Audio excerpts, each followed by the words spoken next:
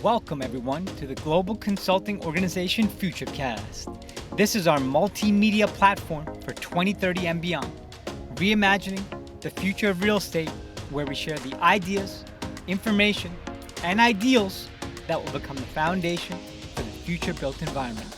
I'm Amit Egan Datwani, founder and chief consultant of global consulting organization, and on behalf of my fellow members of the GCO Collective, welcome you to the latest episode of the GCO FutureCast. This FutureCast is a recap of the It's All in the Family, a united task force for next generation family businesses forum that took place at the corporate headquarters of one of Florida's top accounting firms, Kaufman Rosen, on October 23rd, 2025.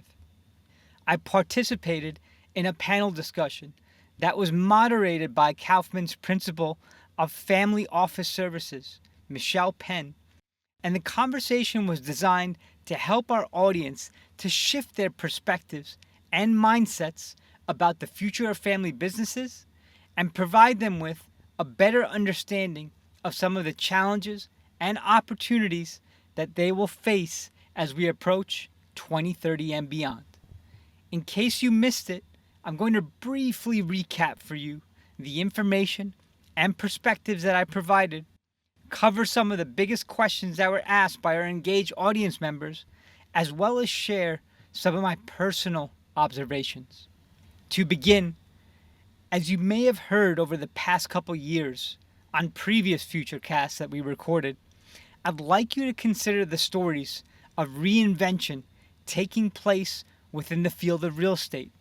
Stories that have been developing for over the past 5 to 15 plus years in the built environment.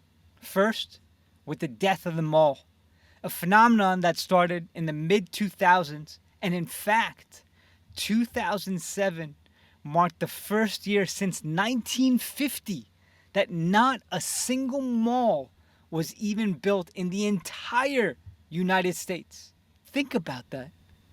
For many of you out there that have tens of packages that arrive at your doorstep on a weekly basis, you are a partial reason for this dynamic transformation that has taken and is taking place within the built environment. And this added convenience has helped to enhance our lives in so many ways. And also think about what has happened and is happening to your local mall, and how many of them are transforming to be experience centers where you can not only play, but even live, work, and stay. For many cities, they are now even considered the heart of downtown, where many residents and workers convene to enjoy their lives. Next, consider the death of the office, another amazing story of rapid transformation. As rapid as we can be within the field of commercial real estate, that is unfolding right before our eyes, where many traditional office buildings are being converted in use, some to residential, some to mixed use, and a select few to even non-conventional uses such as data centers. And some are being transformed to more enhanced, super Class A buildings designed to inspire workers to actually show up for work. So you may be wondering, how does this connect to the theme of family businesses and what transpired during our forum last month in Miami? Stay with me. These asset classes in the built environment represent, from a bigger picture, traditional thinking, systems, and structures that are being completely reimagined for the years 2030 and beyond. They have been wonderful in serving many of our elders over the previous generations. However, as newer generations and ways of thinking, being, and relating have started to transform our behaviors and ways of purchasing, working, and living, the built environment is having to catch up. The same issue is now fast developing within our families and family businesses on planet Earth. where certain ideas, information, perspectives, beliefs, traditions, and ways of relating are no longer relevant to how we, as families, and namely family businesses, can operate in the future. This is causing major chaos within families and operations of business. And this is one of the major reasons why we decided to put together this forum, to start to provide potential solutions to those that have an open mind to new possibilities and who want to potentially reduce the suffering they're experiencing on a daily basis, in addition to potentially increasing their profit and potentially positively impacting the planet through the world of business. I know. This is a loaded topic. But for those of you that know us at GCO well, you know that these heavily loaded topics are ones that we thrive on and thoroughly enjoy unpacking. So let's dive right in. The forum consisted of my friends and colleagues from various posts in the business sector. As already mentioned, my colleague Michelle Penn acted as the moderator for the event and pushed all of us speakers to provide deeper levels of insight into our respective fields, to potentially provide thought-provoking solutions that can help to transform the future of family businesses and also outline a potential structure for the idea of how a truly integrated, unified task force could be an invaluable solution in the business world. My colleagues that joined me on the panel were Michael Aronson of Morgan Stanley, Stephanie Issa Rapp of Day Pitney, and Kristen McDermott, who serves as a family therapist and resilience expert to many families. You can find more details about their insights, information, and invaluable perspectives on our most recent blog article, which you can link to in the show notes. To start off the discussion and to help convey the importance of a truly integrated, unified task force, I asked audience members if they are familiar with someone in their lives that is similar to Logan Roy, who portrayed the patriarch in the show Succession, and who is a shining example of the type of dictatorial leadership that we don't want our family businesses to turn into, and a topic we even wrote about in the most recent blog article. The majority of the audience not only raised their hand, but clearly expressed through their reluctance in wanting to talk about the difficulties in interacting with such personalities.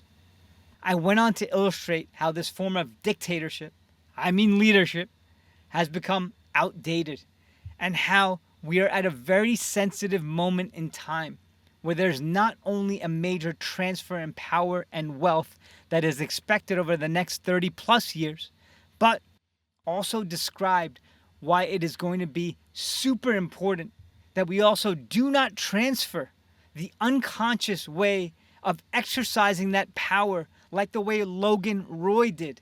Because for those of you that watch the show, you know what happened to him and the family in the end. As a more enlightened form of leadership, a unified task force of best-in-class professionals calls upon what I call collective intelligence, where it's not just about one individual making a decision, ruling, or law, but a group of ideally like-minded individuals who are philosophically aligned and doing what is best for the collective whole, or in this case, the family enterprise. I see this in real estate, where there's usually a sponsor or lead investor who may be great with numbers and help to raise all the money, but his strength may not be the best fit to lead the team or the vision. And then all the consultants on a project realize this, and there becomes this whole dynamic of not being carefully unified around a vision, where many stakeholders start talking negatively about the person leading the team. And when you're creating and developing a supercharged vision, even a 1% deviation can negatively impact the effectiveness of the clarity and quality of the vision, and ultimately the bottom line. How many of you are familiar with such a situation or dynamic? Highly, highly common. Now imagine if you had a unified team of professionals united around a unified creative vision where everyone is working in harmony. Everyone is doing what they were born to do in this lifetime, and they were philosophically aligned around a higher purpose, in addition to positively impacting the company's bottom line. Think of the power of what it would be like for a family business in real estate to have a trusted team of professionals in accounting, law, wealth management, finance, and strategy to help advise them in the boardroom. A team that they have called upon for many years, who work well together and have the family's best interests at heart.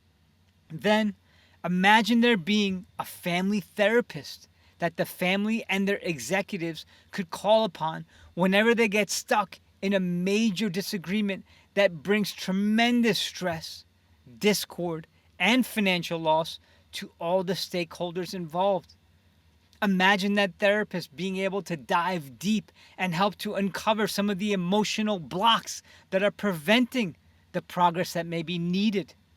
Lastly, imagine the alignment we could create if we had the same concept on the construction site, where a trusted team of project development consultants could help to build, develop, and construct best-in-class development projects designed to positively impact the planet. Think about that.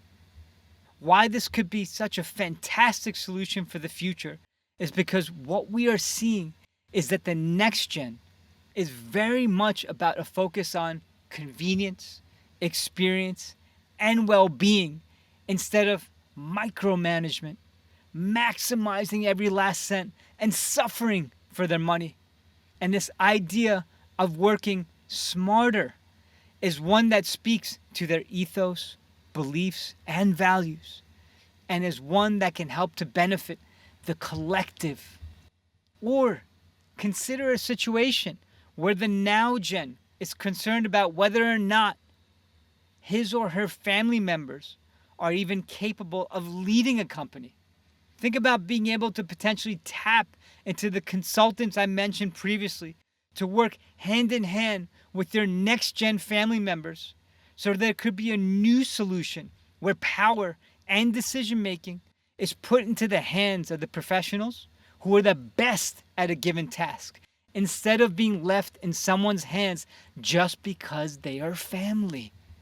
And then to top it all off, imagine if we were to create some type of profit sharing system for the most important consultants who are providing the leading edge advice to the principals, in addition to creating some type of incentive pool that is for the key employees also working on our project.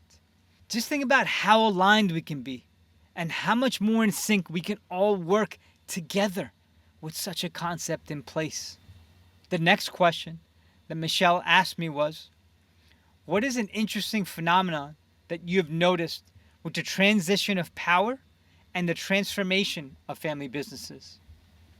Phenomenon is a great word for what is taking place in real estate because I spend a lot of time advising clients and how we can potentially help them to transform their buildings. And many times what I'm noticing is that the firms and portfolios that need the most help in transforming the outside, which in this case represents their buildings, are the ones where the leadership could also greatly benefit from transforming themselves on the inside. The outside is a direct reflection of the inside. Let me share a few examples so you can better understand what I'm saying. Many of the firms that are struggling in real estate on the outside because their properties or portfolios are at risk of being outdated by 2030 are also the firms where the leadership is clinging on to outdated beliefs and business practices that help them to create a fantastic portfolio over the past 20 to 30 plus years. However, that same approach is no longer going to allow them to achieve the same success. And they are in a position where they must change in order to stay relevant. But with respect to the topic of family businesses, this is a much more complex process than, say, just one or two key leaders doing the inner work to transform themselves. It's usually a case that is much more complex, where each of the related stakeholders may reflect to each other the specific growth that needs to take place within themselves. An example being, imagine a patriarch that is struggling to let go. Something which, for many of these individuals, is very, very difficult. And similar to them letting go of a child when it comes to changing the way that they manage and develop their properties, for example. They may need a major push from the matriarch in the mix. And the matriarch is someone who may struggle with speaking up to her husband and being in her power. And she may be called upon to use her emotional intelligence to realize what may be best for her family may not be best for the business in the short run. And that family may also have next geners in the form of kids, grandchildren, nephews, nieces, who struggle to feel heard when in actuality they are afraid of sharing their ideas because of a fear of failure or a fear of criticism from their dad, their mom, grandparent, uncle, aunt, or maybe even a fear of being judged by their peers who happen to be their same age and are employees of the company. And they may be afraid to be thought of being in their position because of nepotism. The next gen is being pushed to tap into their innate sense of creativity and innovation to help guide the portfolios into 2030 and beyond, because their ideas most likely are the best fit for what is going to be most relevant for their stakeholders in the future. Each of these individuals have their own inner growth to do to transform their built environment. The outside is a direct reflection of the inside. Lastly, I was asked, what is one major piece of advice you would give to those in family businesses for 2030 and beyond? Before I get into some of the information I shared for the family businesses of 2030 and beyond, I wanted to bring your attention to a few simple facts for you to consider. Only 30% of family businesses make it to the second generation. 30%. Only 13% make it to the third generation. 13%. Only 3% make it to the fourth generation. Think about that. Only 3%. For those of you in family businesses, or even for that matter, who have worked hard to build anything in life, imagine working for 30 plus years on creating something, investing your blood, sweat, and tears for it to only vanish in thin air. I know my Buddhist friends out there would say to me, that's a great way to practice non-attachment, Amit. But I think about how we could positively affect change in this regard if we were to apply some of the ideas I've been sharing with you on today's FutureCast. How many of you out there have ever had a bitter disagreement with another family member?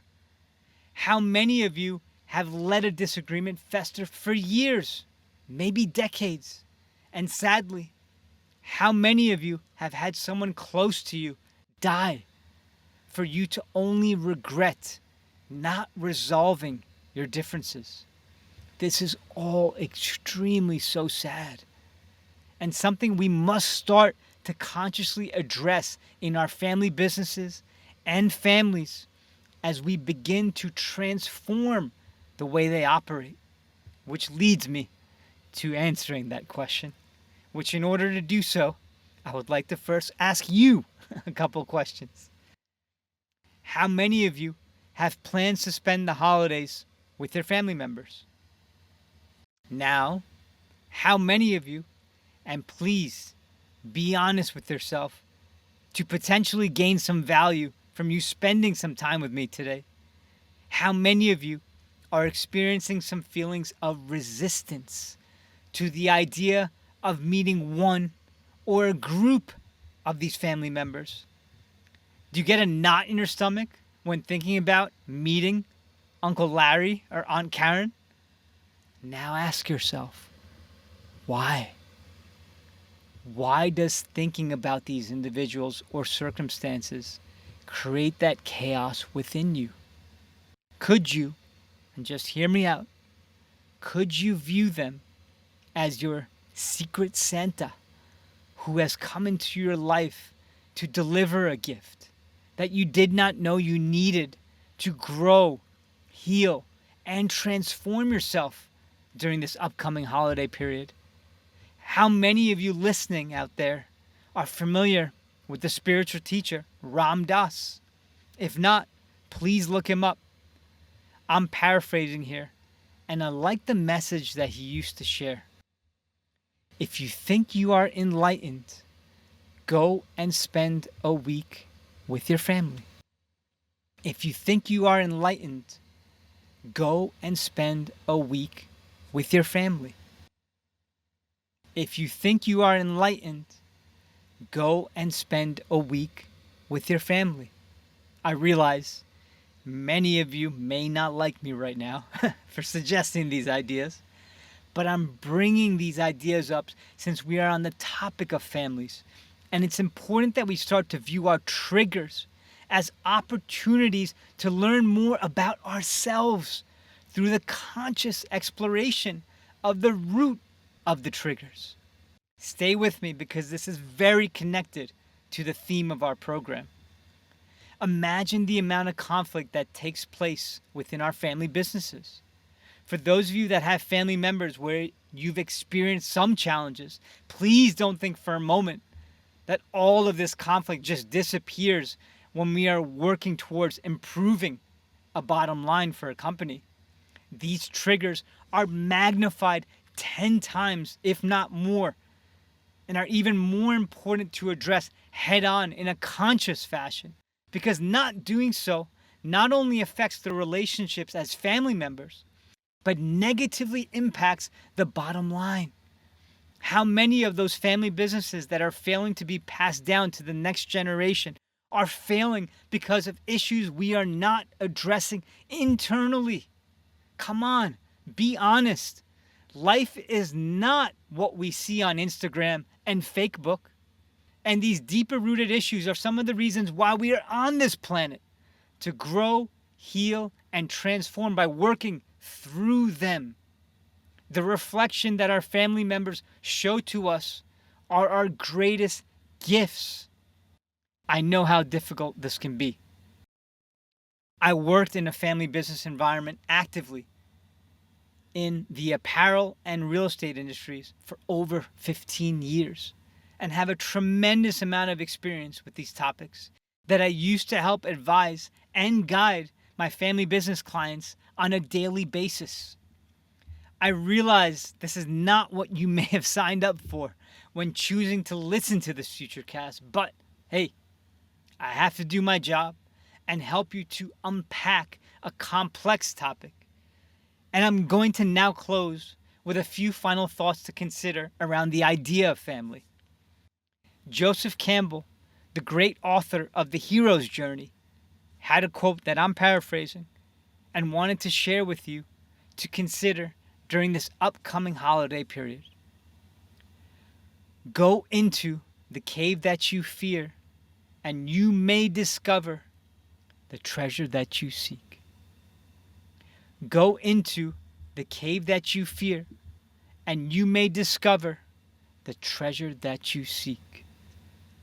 Imagine seeing that conflict you have with a family member as a valuable Christmas gift that the universe is giving you that you did not realize that you need to receive to help propel you on your path.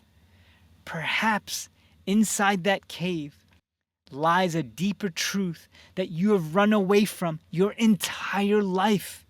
And in fact, it truly is the treasure that you seek.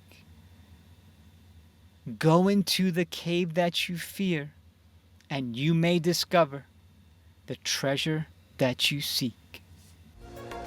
I thank you for tuning into today's FutureCast and taking into consideration some of the ideas, inspirations, and ideals that we believe will become the foundation for the future built environment. Cheers to 2030 and beyond.